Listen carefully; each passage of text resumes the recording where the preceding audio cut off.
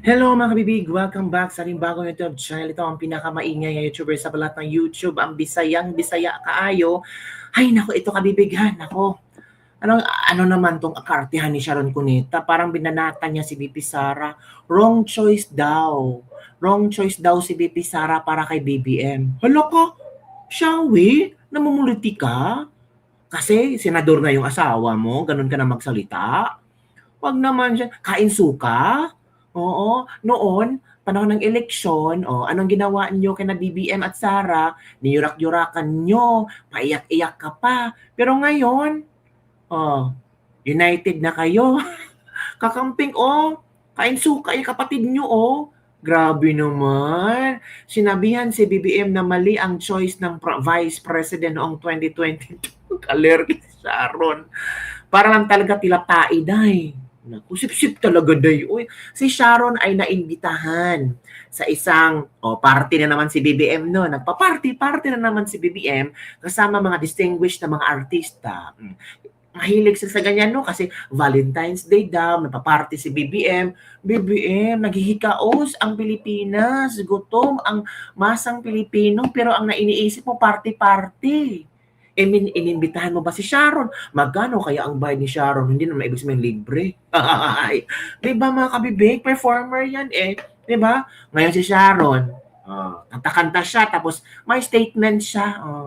Parang sabi ng iba, nako, binanata na ni Sharon Cuneta si VP Sara noon, love na love niya si Inday Sara, love na love niya si Pangulong Duterte, Tatay Digong. Ngayon, binanata na niya. Ang kapal talaga ng artistang ito. Ay, pero okay lang yan, ganun talaga ang mga artista. Ay, kung saan nakikita nila ang bituing na may ningning, doon sila kukuha ng power. Doon sila kaalyado. 'Di ba? Pero hindi makakalimutan nung panahon ng eleksyon kung anong mga sira-sira ang ginawa niya para kabibiin para hindi manalo. 'Di ba? Until now, Sharon, bitter ka pa rin na hindi nanalo yung asawa mong vice presidente. Kasi sinabi mong wrong choice ng isang wrong choice si BBM na pumili ng vice presidente. Talaga, Day? Baka si BP Sara ang wrong choice na pinili niya si BBM. 'Di ba? And Day, Sharon, nakalimutan mo, Day? Tanungin mo si Aimee paano na pa-oo nila si BP Sara na itandem kay Bongbong. Si Bongbong nag-alinlangan. Ang gusto ni Bongbong mag-BP lang siya. Pati ang aso, Parang ang aso na high blood din si Day. Ito muna kabibig, panoorin natin ang video ngayon. Nako, si Sharon talaga, kung ano ang mga nasa isip-isip niya. Ito ang kabibig, watch this video. There's something I do not like about your presidency, though. There's something I do not like about you being Mr. President and Madam being Madam First Lady. I think it's the fact that I miss years ago just texting to say, Bong and Lisa, please send me Ilocos Bagnet. You never fail to do that. Mr. President, this is for you. Madam First Lady, this is for you, especially the first song. This is what you requested for. I'm happy to be here, sir. And sir, I have only one vice president there. My date tonight. Mali your choice, no? Sorry. Okay, let's move on.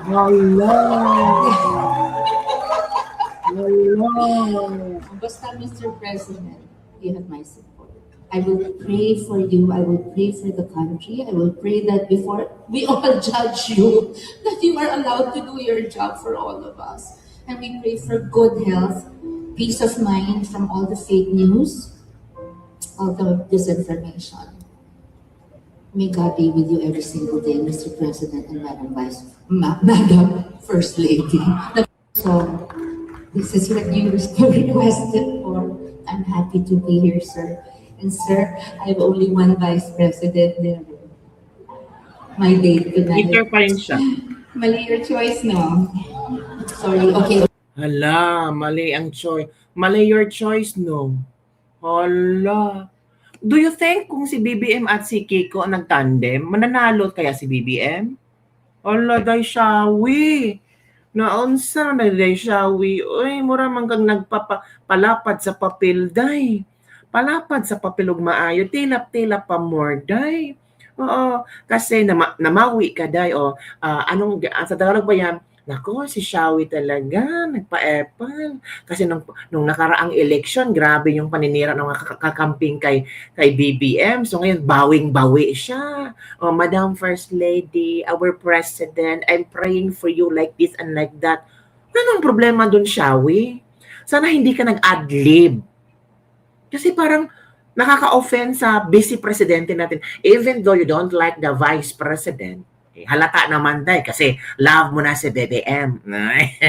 Love mo na si BBM. Nandiyan nga si Kiko, invited din dyan. Love mo na si BBM kasi parang iba na ang mga tono nyo kainsuka na kayo So ito ang komento ng ating mga netizen. It's the other way around. Kainsuka yarn, eme-eme ka din Sharon Nung kay PRRD din siya. Love na love niya si Tatay Digong, paiyak-iyak. Naku, I think naku po. Dapat nga si Kiko na lang kasama niya sa kampanya para kainsuka kayong lahat. Di naman nanalo yan kung hindi gumamit ng Duterte. Poker face show. Ay naku, Shawi. Sharon Kaulam. Yan yung kainsuka 100%. Yan ang kabibig. Showbiz kaayo. 2 years na lang. Double time. Excuse me, sino bang pumunta ng Davao para humingi ng tulong? Malls, mga user-friendly. Si VP po ang nag-wrong choice, Madam Sharon Cuneta. Kulang... Ay nako, reverse psychology dyan. Anong reverse psychology? Hindi yan. Hindi yan reverse psychology. Tell me you're super sip-sip without telling me you're super duper sip-sip. Linta ang peg ni ate mo shower. Parang kailan lang never again kayo. Ala, never again kayo. Diyos ko, naging presidente lang yan kasi si Sara, ang ginawa niyang VP running mate at that time. Real talk lang, walang eme. Kung si Kiko Pangilinan pa yung running mate ni BBM, mananalo kaya Shawi? Kahit tumambling ka na Shawi, kahit ilang pang gawin mong kanta Shawi, hindi kayo nanalo Diba? Hindi nga nanalo yung husband mo. Magkano lang ba ang boto ng husband mo Shawi? Kumpara kay BP kay Sara kasi 32 million. Magkano bang naniwala kay Kiko? 'Di ba? As if naman si BBM ang napanalo sa kanya, 'di ba? Di ako nagkamali sa VP, nagkamali ako sa isa. Wow, sila pa ang nagkamali. Si Marcos ang pumunta ng Davao at na makaawa na maging running mate. One word, Ma'am Sharon, today is first 30 na beses. Parang kailan lang. Di ba?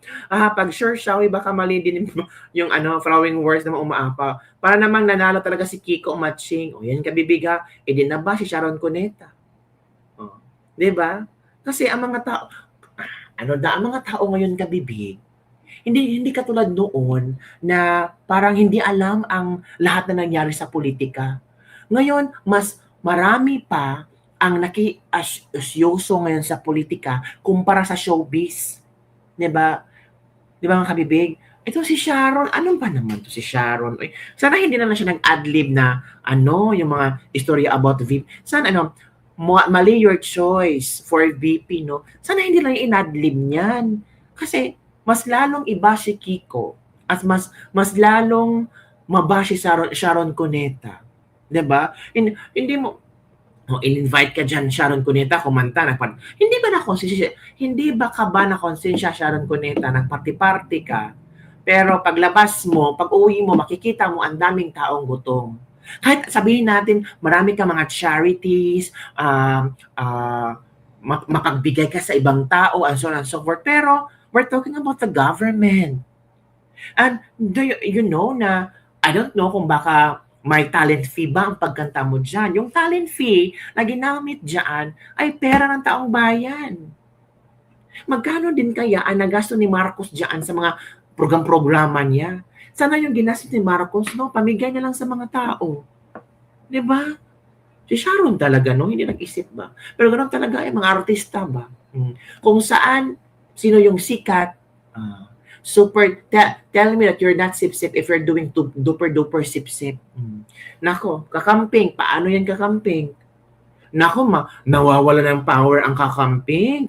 Parang sabi ng kakamping ba, ano ito na, anong nangyari sa atin? Yung mga super duper loyal kakamping, parang yatang kainsuka, suka na sila. Parang sip-sip na sila kay Marcos. Di ba? Wala, anong nangyari? Anong nangyari? Naku, parang iniwanan na ang mga ay, ginamit lang ang mga kakamping. Di ba? O, eto pakinggan natin ulit yung anak ni Sharon Cuneta noong Never Again Marcos ko noon. Ito ha. Ito yung preview. Ito. Was bought a long time ago. And that's something that we will not take sitting down. No? I am not going to have my president be named Ferdinand Marcos again, ever. Oh. Diba? Ayaw niya na ang presidente ay si Ferdinand Marcos. Naku po. Ito. Atin ang 2020 na ano ba naman yan, Kiko? Ay, nako. Sabi ni Sharon Cuneta kay BBM, mali ang choice mo ng VP, no? Yaks, kainsuka si Negastar. From never again to together again. Pwe. Diba? Yun na mga kabibig. Binanata na naman sila. Hindi nanalo yung iba. Ang kinatandihan din si BBM. Kaya lang mananalo si BBM because si VP Sara. Ano yan, Sharon? Tumahimik ka na. Kainsuka si Cuneta. O, yun kabibig. Yun ang nangyari ngayon. Bash si Sharon. Nag-comment pa si Sharon. Nako, paano yan? Ay, nako, mga kabibig.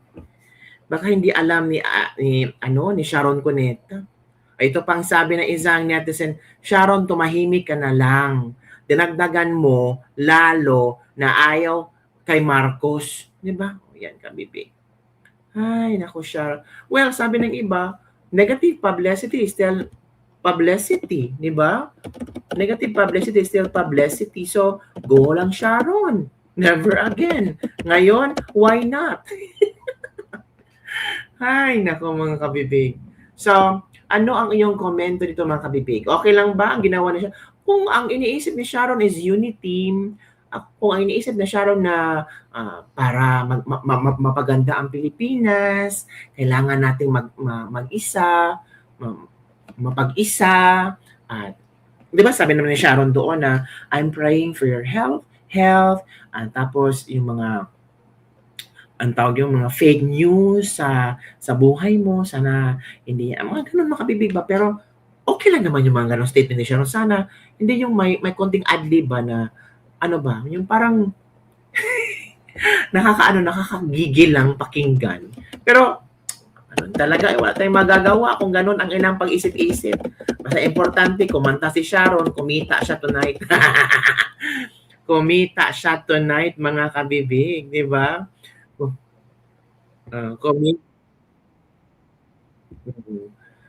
Kumita siya tonight, mga kabibig. So, ito, meron akong video ipakita sa inyo, ha? Itong si Kiko noon. Ito. Tuloy pa rin ang paninindigan. Ito. Ay mananahimik na at magkakaroon na ng pagkakaisa. Nagkakamali sila. Nagkakamali. Together again. Ay, baka plano ni Kiko na tatakbong vice presidente ulit.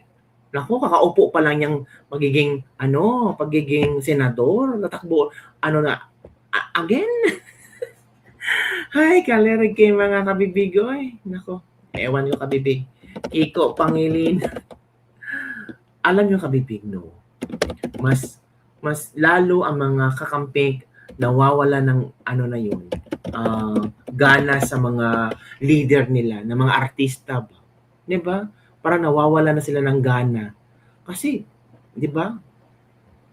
Alam mo naman, noon sinisigaw nila na never again, ayaw namin na dapat hindi makaupo ang isang Marcos, 'di ba? Pero ano nangyari ngayon? Kainsuka na sila. Para kay BBM. Kasi ang nakaupo ngayon ay si BBM. So, yun kabig. Pero wala nang problema kung maging friend sila. Di ba? Walang problema. Okay, kung friend-friend sila. As long as maging plastic sila, bahala sila maging plastic sila. Okay? Bahala sila sa mga buhay nila. Di ba? Ay, nako kabibig. Yun kabibig ang ating Ladies Lebak-Lebak for today. Ano ang inyong komento sa chika-chika ni Ate Shawi? Okay lang ba sa inyo yung may pa-adlib siya na wrong choice daw? Wrong choice, sana si Kiko na lang. Si Kiko na. Wrong choice ka, Marco. Sana hindi na lang si Sarah, si Kiko na lang sana ang tandem mo. So it means, kung yun ang sinabi ni Sharon ang wrong choice, para din niyang tinanaydor si Lenny Robredo. Hala. Yun lang kabibig ang ating Lebak-Lebak for today. Don't forget to like, subscribe, and share this video para sa mga trending news natin pag-usapan. Bye everyone. See you next time.